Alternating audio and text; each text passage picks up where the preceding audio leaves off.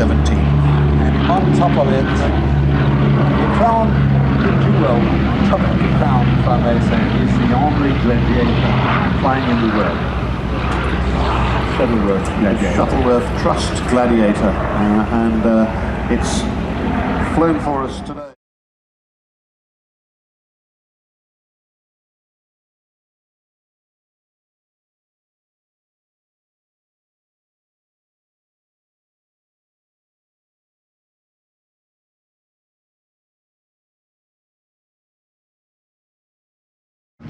Dragon Rapids taking off. Duxford airline system.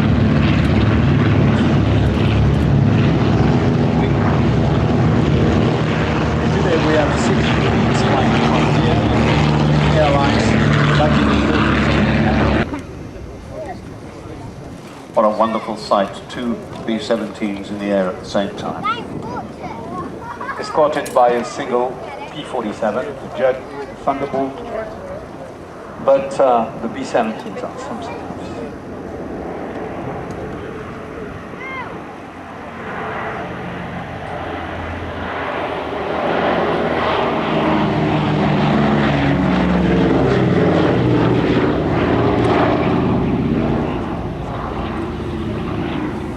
Became symbols of this period of the war. They were used in the Pacific theater too, but maybe it's a name that caught one of those journalist inventions, Flying Fortress. Anyway, they were one of the few aircraft who achieved immediate and absolute symbol status, legendary status, even during the war. And in fact, your French B-17 calls itself the Forteresse Toujours Volant, always flying, absolutely, which is very nice, I think. We have a small group, and really you have to dig deep into the pockets to keep these monsters flying when you think about what it costs. And recently, for instance, we had on this French-based B-17 performed a complete wing disassembly and reassembly because of we wanted to make sure that things were not getting critical in the wing structure. And it's so expensive to maintain that I have to say, without a sponsor, this would be absolutely. Sally B has just got a new sponsor, with which they're very pleased, very grateful for. They've completely revamped the Sally B website. That's DCG Media. And they've done a wonderful job with producing a new website, which is very, very expensive to run these things. They'd like you to join, at least to consult the website produced by DCG Media, and think about joining and supporting Sally B as she flies by here, because it's just an amazingly expensive job keeping her going. Although she lives here at the Imperial War Museum, she is not financially supported by that. French Air Force and airline retired mechanics.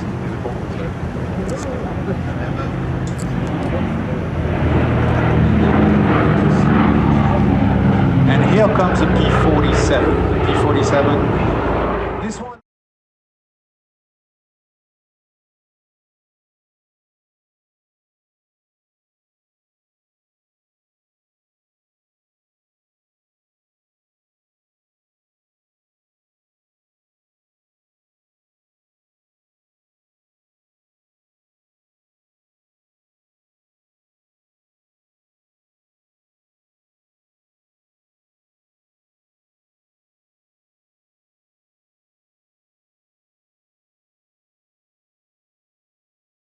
The American Air Museum, the glass wall that curves round the American Air Museum commemorates the losses sustained by Americans flying from Britain in the war, and the wall was etched by Renato Nemes, and it illustrates the 6,346 aircraft of the 8th Air Force that were lost, 692 of the 9th Air Force, and the 24 lost by the United States Navy.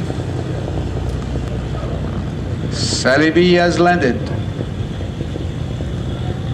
There are only 2 flying fortresses flying outside of America, and they are here today at Duxford Flying Legends again. It's called Flying Legends, but it's a legend in its own. Okay, for something entirely different now, turn your attention to the left, ladies and gentlemen, and here is United Airlines of Duxford. The wooden fabric fleet. 6 of them, 12 Gypsy engines, signed by Geoffrey de Havilland with the very graceful shapes of the moth.